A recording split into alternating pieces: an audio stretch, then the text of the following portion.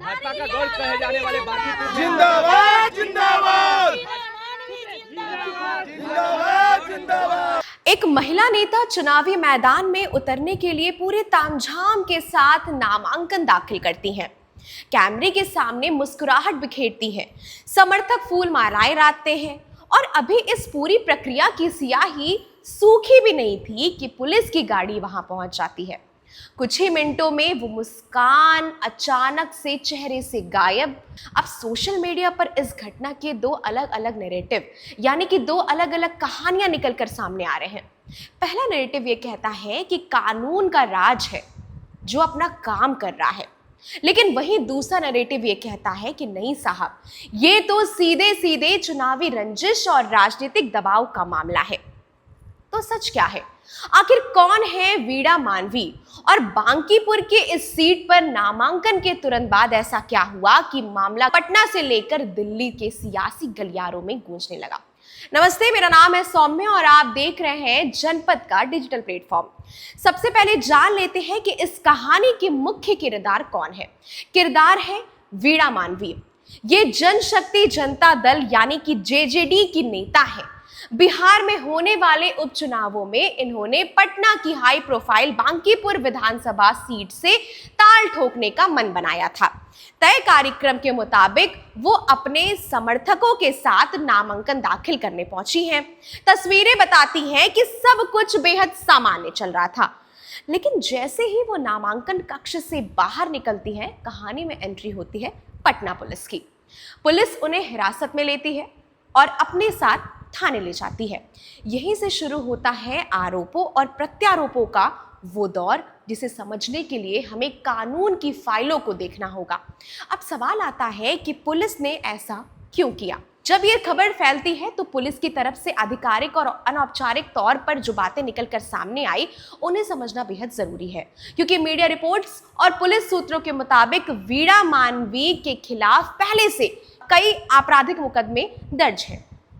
इन मुकदमों में मुख्य रूप से 3 बातें सामने आती है। पहला कि कथित तौर पर धोखाधड़ी का मामला था, दूसरा आईटी एक्ट से जुड़ा कुछ विवाद था और तीसरा जो है वो SC/ST एक्ट के तहत जो है वो मामला जो है वो दर्ज था। अब इसमें सबसे बड़ा पेंच क्या है? पुलिस का दावा है कि इनमें से एक पुराने मामले में अदालत की तरफ से बकायदा वारंट जारी किया गया था। पुलिस का कहना है कि जब कोर्ट का वारंट एक्टिव होता है तो पुलिस के पास आरोपी को गिरफ्तार करने के अलावा कोई दूसरा विकल्प नहीं बचता है।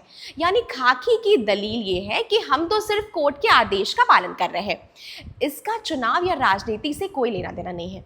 लेकिन सिक्के का दूसरा पहलू भी समझिए। वीणा मानवी, उनके साथ क्या हुआ? गिरफ्तारी के ठीक बाद जब वीणा मानवी को मीडिया के सामने घेरा गया तो उन्होंने बेहद गंभीर आरोप लगाए। उनका कहना था कि उन्हें मौके पर यह स्पष्ट रूप से बताया ही नहीं गया कि उन्हें किस विशिष्ट मामले में और क्यों गिरफ्तार किया जा रहा है। ये पूरी कार्रवाई उन्हें चुनाव लड़ने से रोकने और उनका मोबाइल तोड़ने के लिए की गई है। अब यहाँ एक वाजिब सवाल जो है वो उठता है, जो आम जनता के मन में भी है, कि अगर कोई पुराना मामला था, कोर्ट का वारंट पहले से था, तो पुलिस नामांकन के ठीक 2 मिनट बाद ही इतनी मुस्तैद क्यों हो गई? क्या ये महज एक इत्तेफाक था या इसके पीछे कोई पॉलिटिकल टाइमिंग थी? अक्सर हम ये खबरें देखते हैं कि किसी को भी आरोपी मान लिया जाता है, लेकिन हमारे कानून की एक बहुत ही खूबसूरत और मजबूत व्यवस्था है। किसी व्यक्ति के खिलाफ अगर FIR दर्ज होता है या पुलिस द्वारा उसे गिरफ्तार किया जाता है और अदालत द्वारा उसे दोषी करार देना, ये तीनों बेहद अलग अलग जो है वो पायदान होते हैं।